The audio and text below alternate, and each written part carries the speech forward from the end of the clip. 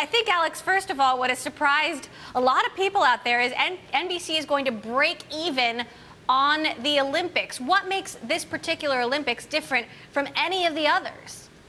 Well, NBC was comparing this Olympics originally to Athens, the last European-based Olympics. And they were also comparing it to the last Summer Olympics, Beijing. Now, what makes this Olympics particularly different from Beijing, as you may remember, many of the marquee events in Beijing, like Michael Phelps' swims, were actually broadcast live because the time difference between Beijing and the United States was so great that they could actually run the events in the morning, and then they would be shown in prime time in the United States. This time around, the marquee events already happened. They happen in the afternoon, and then they are then broadcast at night, as you probably know if you've been watching the Olympics, which means that you may know the result already. But the surprise here is that it hasn't affected the ratings. In fact, the ratings are up 9% for the first 5 days of the Olympics compared to Beijing. Steve Burke today said on the conference call that NBC was expecting the ratings to be down 20%. So that's almost a 30% difference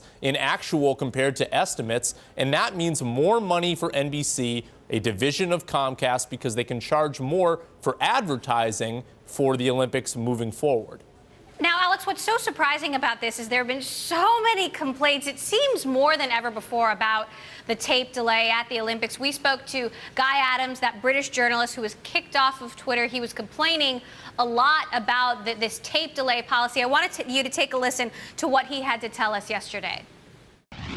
They banned America from watching the opening ceremony live. That means that in the year 2012, when a major world news event was unfolding, an event at which they had several thousand journalists, they deliberately decided that the people of America should not be allowed to see it live. Alex, was there any reaction to all of this noise out there on the call quickly? Well, it's sort of vindication of the tape delay policy, really. What it turns out, I think, is that there's at least a movement that the buzz from social media can actually make people more likely to tune in. Not to say that all sports events will be tape delayed, but at least for the Olympics, it's clear that people are willing to know the results and then again turn around and watch at night.